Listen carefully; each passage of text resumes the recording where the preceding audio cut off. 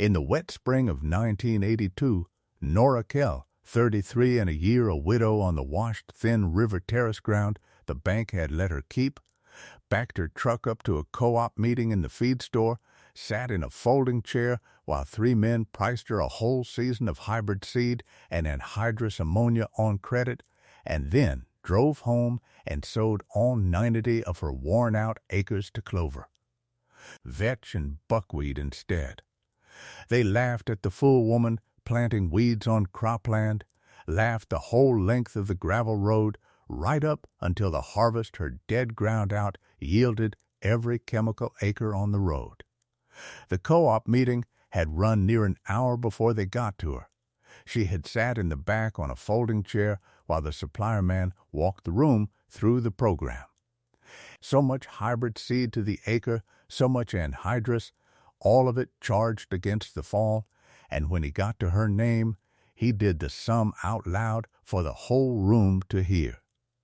90 acres, Mrs. Kell.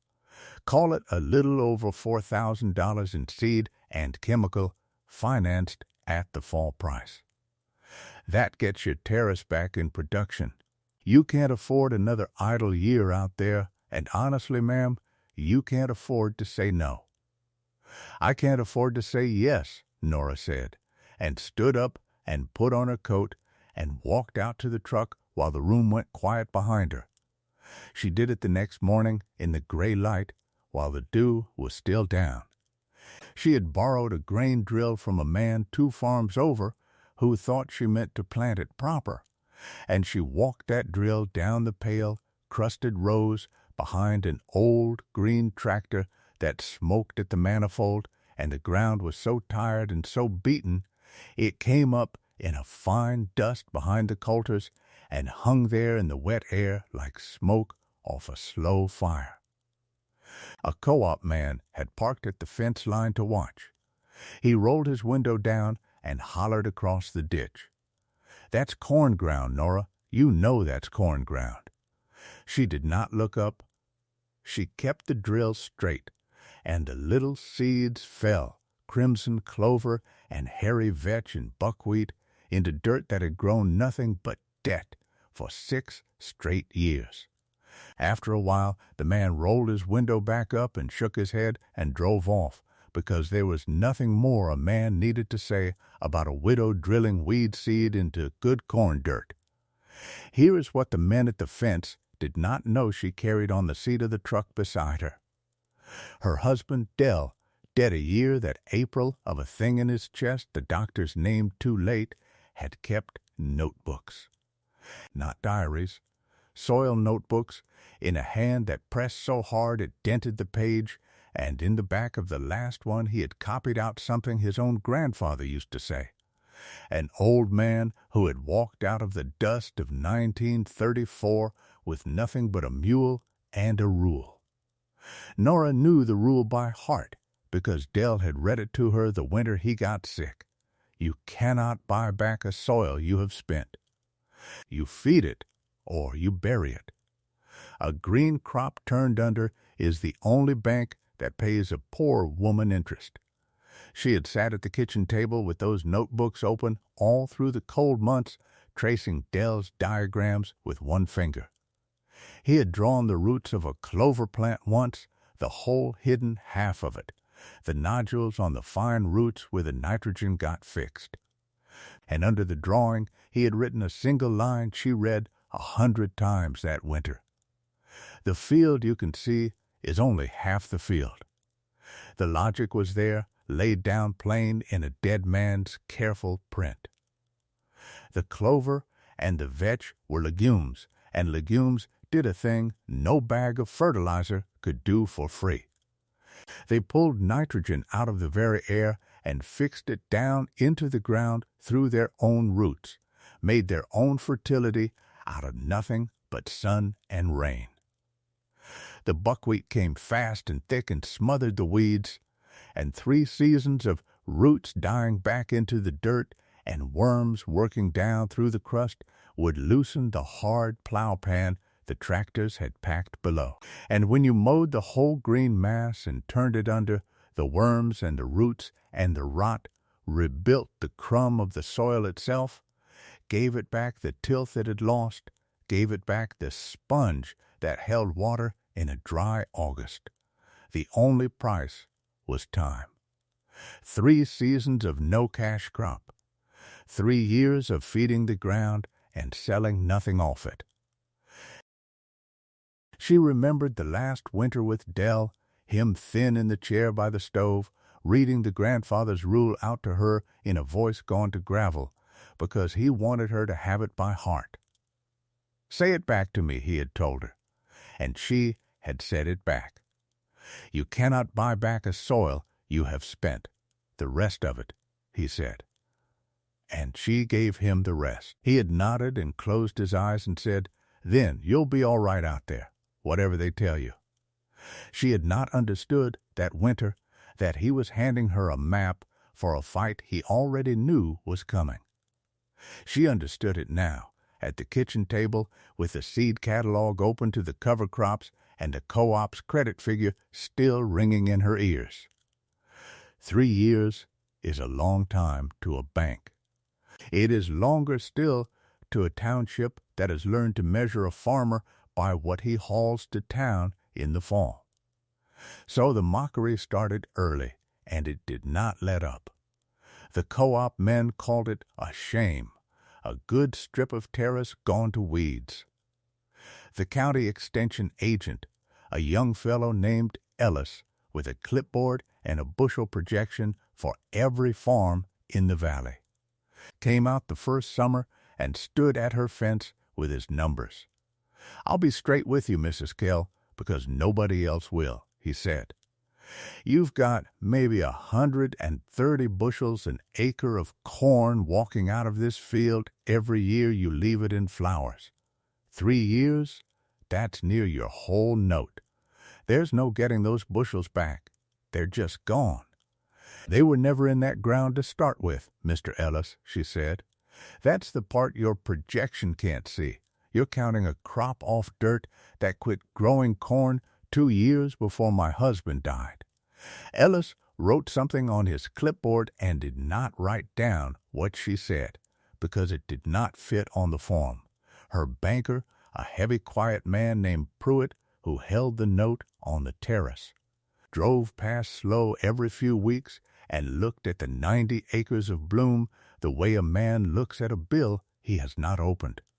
And then there was Thorne. Thorne sold seed and chemical for the big supplier out of the county seat, and he had the whole township signed on to a credit program, hybrid corn and anhydrous and the spray to go with it, all of it financed against the fall crop. He drove a clean car and wore a clean cap, and he had a folder with every farmer's name in it and Nora Kell's 90 acres with a 1 hole in his map. He wanted him in the deal. He came around the second spring, leaned on that clean car in her lane, and told her he could make the paperwork easy, get her a real crop in the ground yet that season. No shame in changing your mind. She stood on her own step with her arms folded and told him the ground was not ready. Thorne smiled and looked out at the field. "Ready," he said.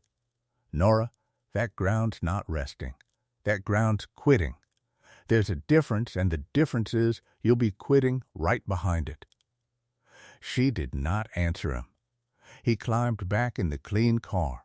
But at the feed store that Saturday, there were men around the counter with their coffee, and Thorne was holding the room, and when she came in for her mineral and her nails, he did not lower his voice.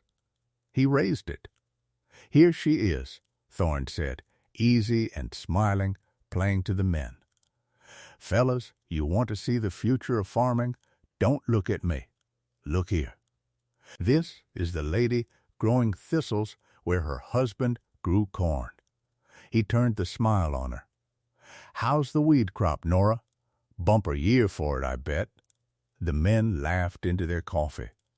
Nora set her money on the counter and picked up her sack. "Everything you're selling these men comes out of a bag, Thorne," she said at the door. "Mine comes up out of the ground. We'll see which one's still standing in a dry year. the name stuck anyway, as a mean name will in a small place. The Weed Woman. That's the Weed Woman's place, out past the Kell corner, where the good dirt's growing flowers. It rode on her through 2 more seasons. A man selling nitrogen has his own word for a field of free clover. He calls it a failure, because a field that makes its own fertility is a field that does not need his folder, and a farmer who does not need his folder is a name he cannot write down. The teeth in it, though, the thing that made the mockery bite, was that they were not wrong about the cost. Nora had no crop to sell. She had taxes to pay on 90 acres and a note to service and a wood stove to feed, and the terrace gave her nothing back but bloom. She kept her money in a cracked sugar bowl on the top shelf, and she watched it go down all through those 3 years. A little every month, and no crop check in the fall to bring it back up. The first winter there were near $600 in the bowl. The second winter there were $200. The third winter she counted it out on the table one night, and there were $41 and some silver, and she put it back and did not count it again. She sold Dell's good rifle and a corner of hayfield off the home place. She took in sewing for the town women who would not meet her eye at church. She ate thin through 2 winters and told no one. Every spring she mowed down a standing green sea of clover and vetch, thousands of dollars of hay by the look of it, and instead of baling it, she turned the whole lush mass under into the dirt where no one could see it work. To the road it looked like a woman burying her own living, over and over, for no reason a sane person could name. The third year was the year the ground nearly took her. The note came due heavier than she had planned, and Pruitt sat at her kitchen table with his hat in his hands and his coffee going cold in front of him. "Nora, I've carried this as far as a bank can carry a thing it can't explain to the men above me," he said. "They see a note on 90 acres and 3 years of no income against it. I need a crop off that terrace this fall. A real one. Something that weighs at the elevator. Corn, beans, I don't care which. But it has to weigh, or I can't hold the paper past spring." "It'll weigh," she said. "Give it this one more turn under, and it will weigh more than you've got room to believe. One more turn under." Pruitt set his hat on the table. "Nora, that's the answer you gave me last year. There isn't another idle season in this. I'm telling you as a friend, not a banker. Put in a crop." And into that same lean week came Thorne, who had heard, as Thorne always heard, and who made her the kindness offer. He sat where Pruitt had sat and slid a slip of paper across the same table. "That's a fair number for worn ground, Nora, more than fair. It clears your note, and it leaves you enough to start over somewhere without a millstone on your neck. Nobody in this valley would think less of you." He tapped the slip. "You've made your point. You planted your flowers. Let a man farm it now who can make it pay." She did not answer him that night. She left the slip under the lamp after he had gone, and she got down Dell's last notebook and opened it to the back page and read her husband's hand until the lamp guttered low. The field you can see is only half the field. And in the morning she went out with a mower and cut down the 3rd year's stand of clover, the heaviest yet. 3 years of roots and worms beneath it, and she turned every green ton of it under into the terrace. And she folded Thorne's slip of paper in half and in half again, and when he came for his answer, she put it back in his clean hand. "No," she said, "I'm not selling you the answer the same year it's about to come due." What the plow folded into that dirt that morning, tons of green nitrogen and a decade of worms in 3 fast seasons, was about to answer a question the whole Chemical Valley had stopped asking. She planted the terrace back to corn, that fourth spring, plain, open, pollinated seed she could afford. No anhydrous, no folder, no credit. And she planted it into soil that had changed underneath her. She could feel it the first pass with the planter. The soil rolled off the shovel dark and loose and cool, where 3 years before it had come up in choking dust. It smelled like a thing that was alive. She did not say that to anyone. She just planted her corn and waited, as a woman waits on ground she has fed instead of forced. That summer, the valley baked. Not a drought, nothing that made the papers, just a hot, dry 3 weeks in July of the kind that comes most years and pinches a crop right when the ear is filling. And up and down the road, the chemical corn, the hybrid corn on Thorne's program, the corn planted into ground that had been forced and sprayed and forced again for a decade. That corn went pale at the tassel and rolled its leaves tight in the heat and stood there thirsty on dirt that could not hold a drop of water past noon. Nora's corn stood dark green. It stood dark green because the ground under it held water like a sponge. 3 years of turned under clover and vetch and worm-cut channels doing exactly the quiet thing a dead man's notebook said they would do. Feeding the roots and holding the rain long after the forced ground had let it run off and bake away.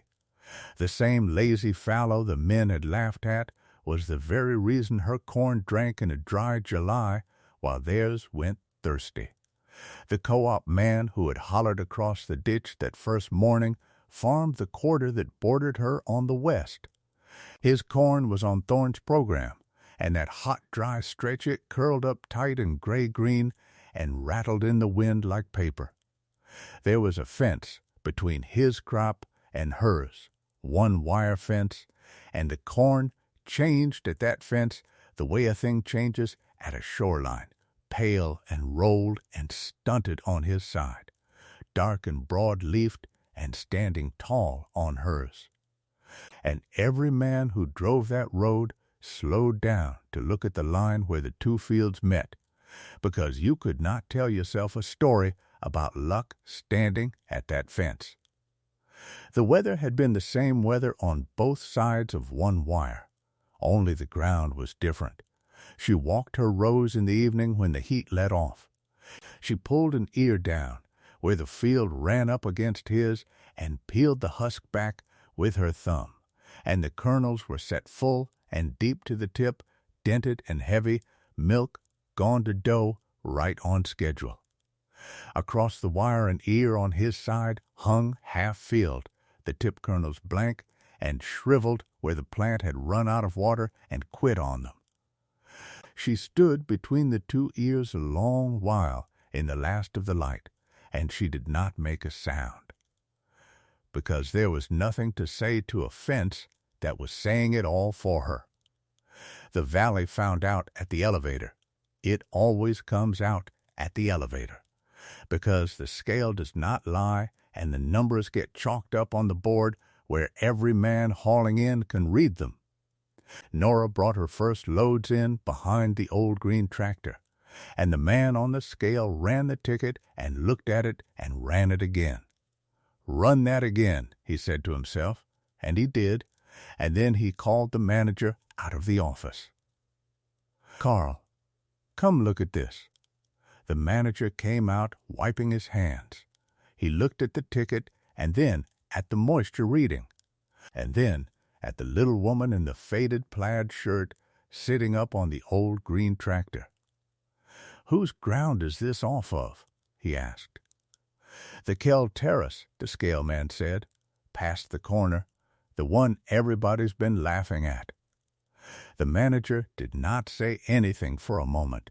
Her worn-out terrace was weighing out heavier per acre than the best black bottomland on Thorne's whole program. And the two of them stood there doing the arithmetic they could not make come out any other way. Ellis, the extension agent, was in the yard, and Ellis did not believe it. That scale's off, he said. Weigh it on the certified pit. That number's not possible off that field. They weighed it on the certified pit. It came out the same, a little heavier if anything. Ellis stood with his clipboard hanging at his side. How, he said, and it was not really a question to her. It was a man arguing with his own numbers. There's no fertility in that ground. I walked it myself. There's nothing out there but 3 years of weeds. There's 3 years of weeds turned under, Nora said from the tractor. That's not nothing, Mr. Ellis. That's the whole crop. You just couldn't weigh it until now. They chalked her bushels on the board, and the number went up over every chemical average in the valley. And the men who had come in with pale thin loads off their forced ground stood in the yard and read it and got very quiet. She never bought fertility. That was the whole of it. And now it was chalked on a board for the township to read. She grew it. The scorned weeds were a nitrogen factory and a worm nursery, and the dirt everyone had written off as spent came back to life because she fed it instead of forcing it. The 3 years the men called wasted were the 3 years that did the work. The whole valley had been renting its fertility from a man with a folder, paying interest on it every fall, and the weed woman had been growing hers for free the whole time and banking it in the ground. The extension office asked to walk her fields.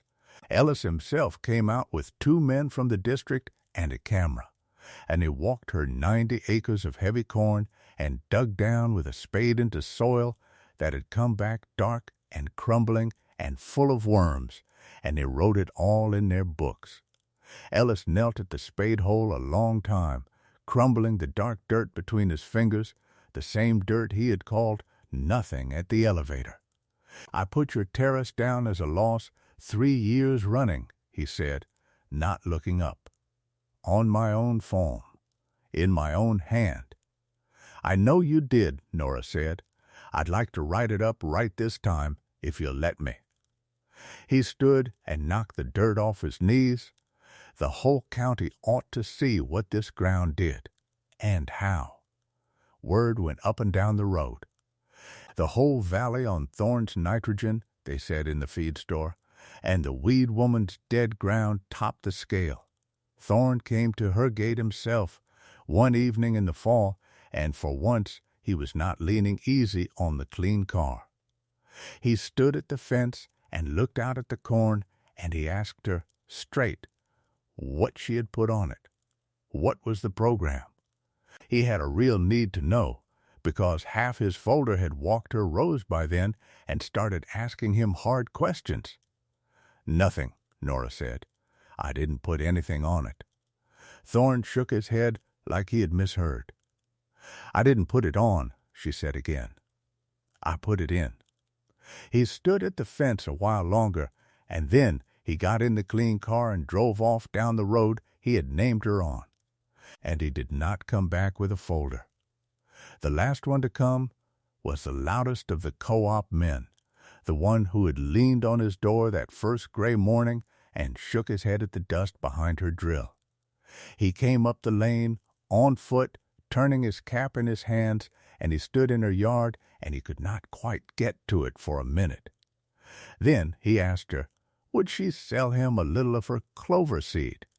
Just a sack. He wanted to try a piece of his own worn ground as she had done it. He looked at his boots when he said it. You were right, Nora, he said. We all watched you, and we were wrong, every one of us. She gave him the seed.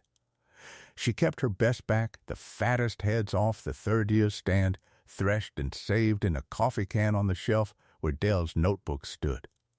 And that fall, she drilled another dead field of hers to clover and vetch and buckwheat, the same as before, as her husband had drawn it and his grandfather had lived it. The extension office wrote her place up as the county's lesson, the ground that came back, and farmers she had never met drove out to lean on her fence and look. the same fence the co-op man had leaned on to laugh. They spent their soil buying crops from a man with a folder, and she grew her crop by feeding the soil, and the ground everyone had buried came back to feed her. Put green back into tired ground, and give it the years it asks for, and the dirt will remember what you did. It will remember, and it will pay you back at the scale, in front of the whole valley, in a number no man can chalk away.